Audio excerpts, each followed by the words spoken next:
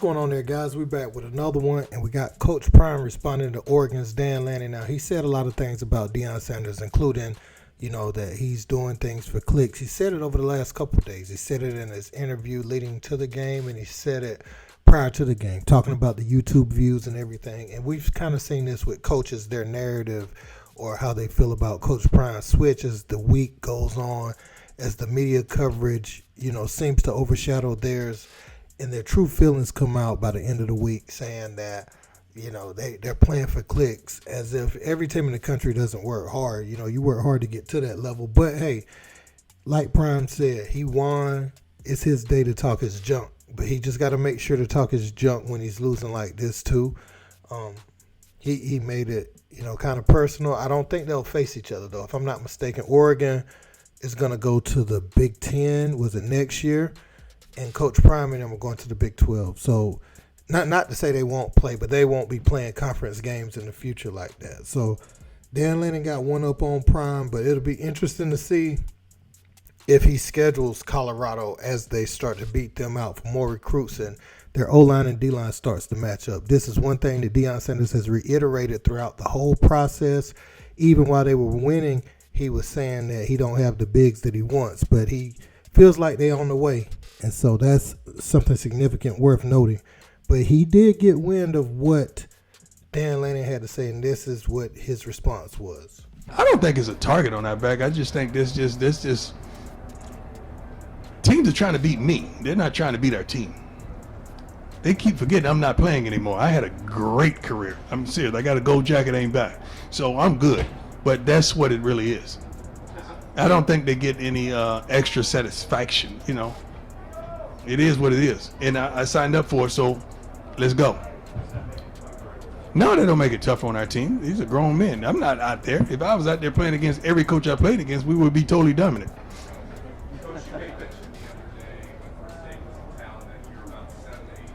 Yeah, I wasn't lying. I didn't. It translates in practice. I don't say stuff just to say it for a click, contrary to what somebody say. But I keep receipts. But I'm serious. I analyze and I understand what we're up against and what we have and what we need. One thing that I could say honestly and candidly, you better get me right now. This is the worst we're gonna be. You better get me right now. Now I got messengers. God bless him though, man. He's a great coach. He did a great job. God bless him. He take their shots. They won. I don't shoot. I don't do that. They won. Excuse me? You talked about sort of needing to build them up after this result. How do you find the balance? Well, I think the film is going to speak for itself when they watch the film with their position coaches and as the offense and the defense. But singularly, you're able to pull some guys aside and pick them up and highlight some of the good things that they did. Everyone didn't play bad. That's not the good. Every coach didn't coach bad. That's not the case as well. But we got some work to do, and you better get us right now, because I like what I see. I love I know I have on shades, but I can see the future, and it looks really good. So I'm excited about it. I really am. So that was Prime reaction to Dan Lanning's comments, and you own the whooping. It's your turn to take it, and hey, you have to take it in stride, and you can learn from it. And like you said, you can also learn from a win. But this team they have holes that must be filled, and it can't happen this year because the players that they have manning those positions are just the best option. They aren't as talented as Prime sees his team being in the future. These were emergency transfer portal grabs, and it's nothing wrong with it. These guys are giving it all they can, but he's wanting to compete for a national championship, not just be a middle of the road or just a good team. He wants to at least get to the college football playoff, and anything can happen once you get in there, but he would like to occupy one of those spots while he's at Colorado, do the unthinkable. So naturally, he's gonna recruit at a higher level, but this is Dan Lanning's opportunity to take shots.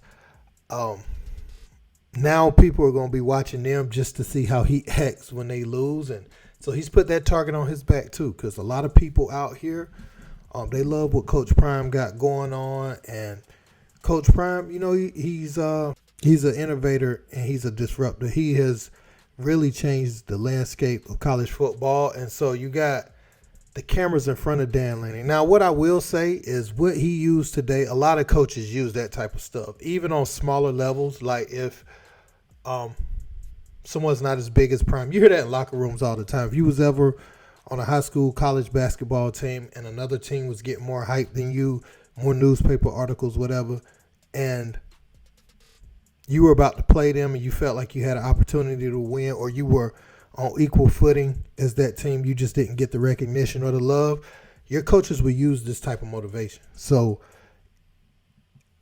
it's about clicks all the way around the board. And he knew he was going to get clicks for saying what he said. He knew that. But at the same time, these speeches are very common. What he said in that locker room isn't out of the norm.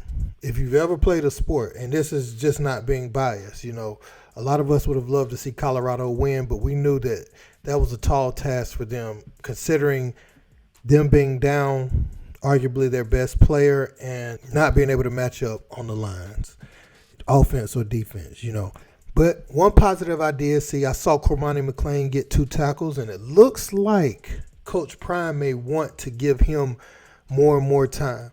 That's what you are able to do in garbage time. You're able to find some minutes for a guy like Cormani McClain where he can get some game action and, his experience flying under the radar just because the game was out of reach. But he's one of those key pieces for the future. So getting him out there in that atmosphere is a win. Any coach can tell you that. For a very talented player like that, for him to get out there, see the field, get any time with that raucous crowd, is going to go a long way for him. But I hope Coach Prime puts him out there more, gives him more time going forward, because he couldn't do any worse than the guys that were on the field today. And he has big-time talent. So don't put him out there so much that he loses confidence, but get him out there in spots. Let him play a couple downs versus USC, because you can't have this happen with the same group of guys next week. So is Cormani ready? That answer should probably change next week.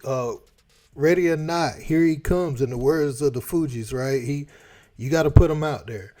But yeah, let me know what you guys think in the comments. Don't forget to like, share, and subscribe. Until next time, peace.